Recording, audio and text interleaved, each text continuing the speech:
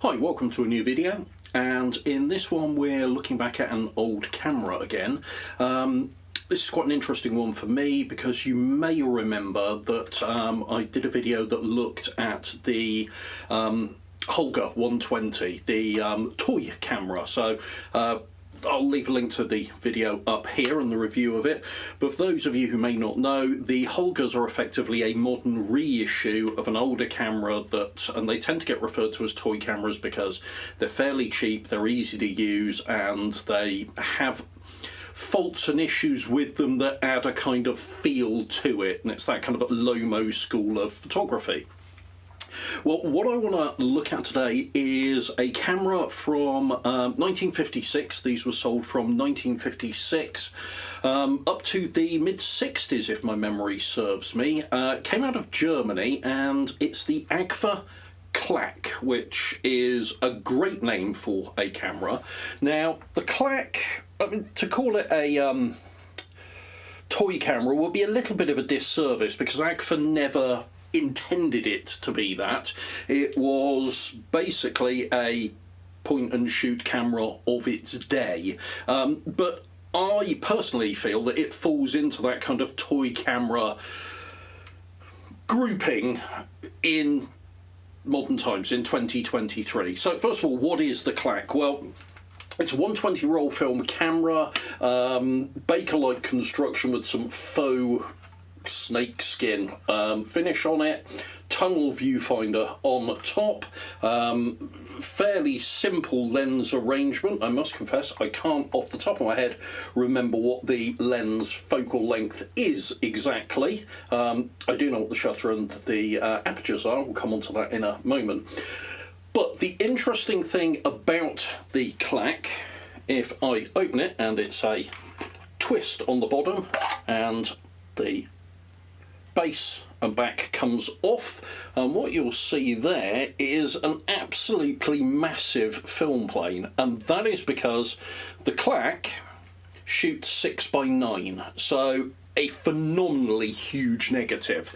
So just to put this into context, in comparison to a 35mm negative, the 6x9 120 is nearly 5.5 times bigger, so huge size for it. You'll also notice that the film plane is curved, and that's basically to correct for the lens, so it's cheaper than correcting the lens itself.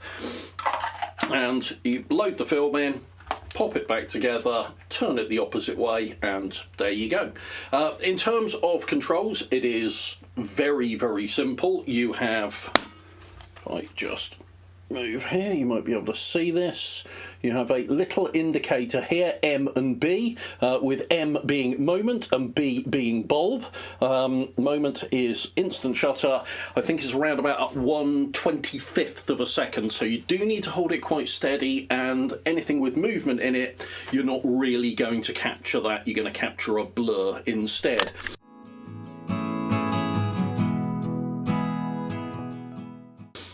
It's really quite easy to leave it on bulb by accident. I did that on my first 2 shots on the roll, so go careful with that. And next to that, you've got the shutter, and that's it.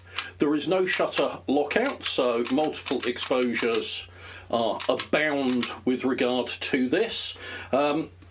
You've then got the kind of focusing and aperture correction on the side here. Now, I'm just going to take the back off and pop it in bulb to show you this, because it's probably a little bit easier to see if I get a little bit closer and open that up. So what we have, I'll just get it in its middle setting. Its standard setting just there is F11. Now, it does have a close focus on it, which allows you to focus between 1 and 3 meters, and you'll notice that that just puts a little additional magnifying lens in there for close focus work. And That removes it to put it back. Now it does also have a bright weather setting, which is the next one down, which you'll notice the aperture is pretty much exactly the same, but it pops a yellow filter in there. And the yellow filter is probably going to stop about a stop of light, so you're effectively there looking at f16.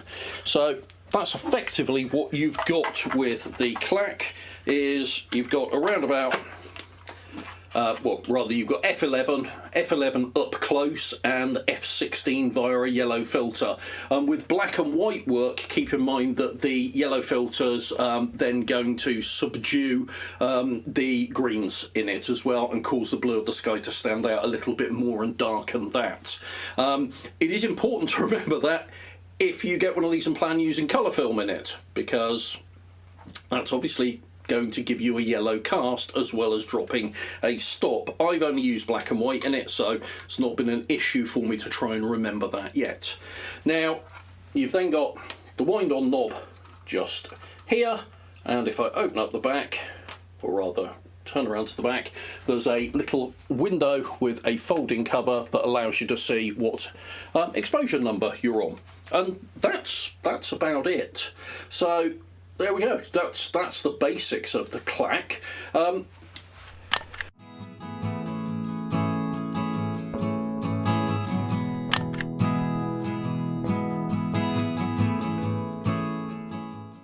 Pro-wise, it's very cute. I do like the way it looks, and I do like the results, because the 6x9 negative, despite the fact that the lens is not stunning, it's nothing to write home about by any stretch of the imagination,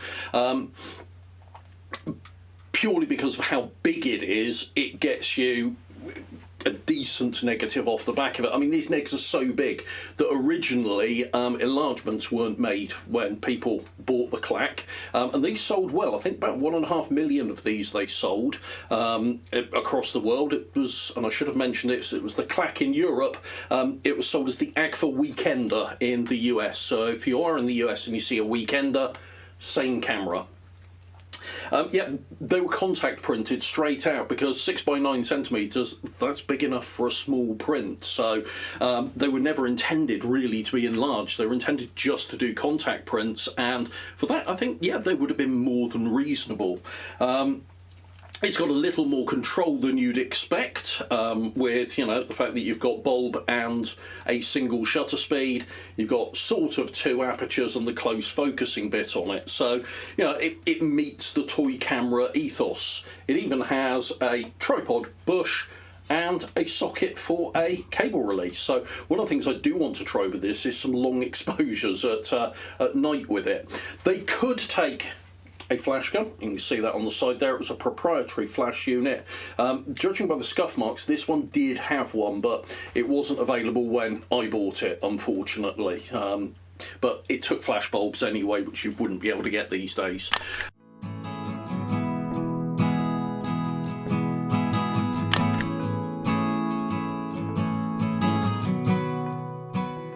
Downsides to it, well, you've got to expect that you're not going to get brilliant images off of it. You know, it's not going to be razor sharp medium format time, but that's kind of the point of it. That's what it is. The biggest issues with it are it's quite, because of its size, an unwieldy beast to hold. One of the downsides of putting 6x9 in something this small is it's always going to have to be deep just to get the necessary lens to focal plane distance in there, so it is a bit of a chunky little boy there in that regard. But perhaps the biggest downside for it, and as much at the time as it is now, particularly with the price of film and developing, is being 6x9, you're only going to get 8 shots out of this. So, you know, it's not economical on film in that regard. But overall, I really like it. It's surprised me. Do I prefer it to the Holga? In many ways, yes, I do. I think it's a bit more quirky than the Holger. I think it fills a similar gap. Oh, by the way, these are quite cheap. I think I paid about £20 on eBay for my one here. So you can pick these up very, very cheap. And it's a good, easy way of getting into big 120 negatives. But yeah, I enjoy it. I enjoyed taking it out for a shoot. It was very interesting to use. You do just have to remember, I failed, as I say, on the first two shots. Remember to put it in M, not B, and also keep in mind the very slow shutter speed, the 1/25th of a second. You do have to hold it steady, and anything that's moving around, trees in the wind, that kind of thing, it's going to come out blurred simply because of that. But overall, yeah, it's a fun little camera and one I enjoyed shooting and one I will be shooting again. So there we go, the Agfa Clack, everyone.